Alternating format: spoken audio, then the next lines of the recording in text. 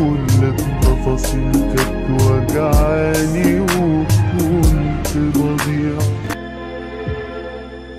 كان موضوع بس نهيته، جرح قديم خفيت ونسيته، درس اتعلمته وصميته كتير لسنين. كان في دموع وقت فراقه، قلبي خلاص لملم أوراقه، كان موجوع بالأيام فاقوا وهم عايشين. كان موضوع بس نهيته، جرح قديم خفيت ونسيته، درس اتعلمته وصميته كتير لسنين.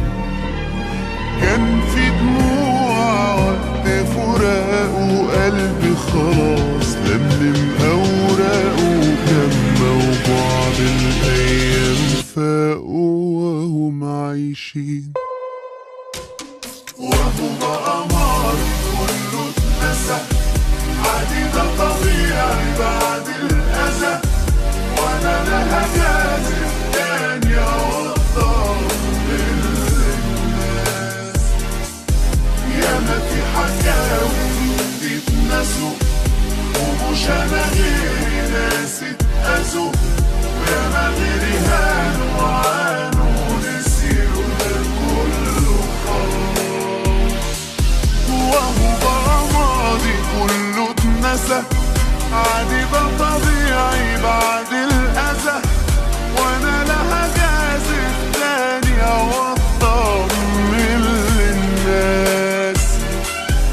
ياما في حكاوي من دي اتنسوا، ومش أنا غيري ناس اتأذوا، وياما غيري هانوا وعانوا ونسيوا ده كله خلاص.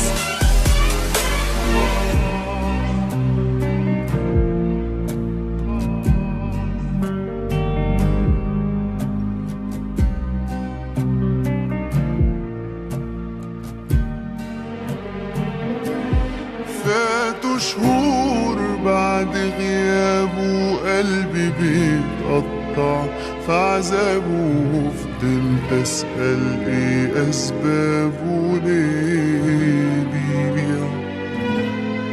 كان معذور لما أذاني، ولا عشان غدار فرماني، كل التفاصيل كانت وجعاني وكنت بضيع. فاتوا شهور بعد غيابه، وقلبي بيتقطع في عذابه، فضلت أسأل ايه أسبابه ليه بيبيع. كان معذور لما أذاني، ولا عشان غدار فرماني، كل التفاصيل كانت وجعاني وكنت بضيع.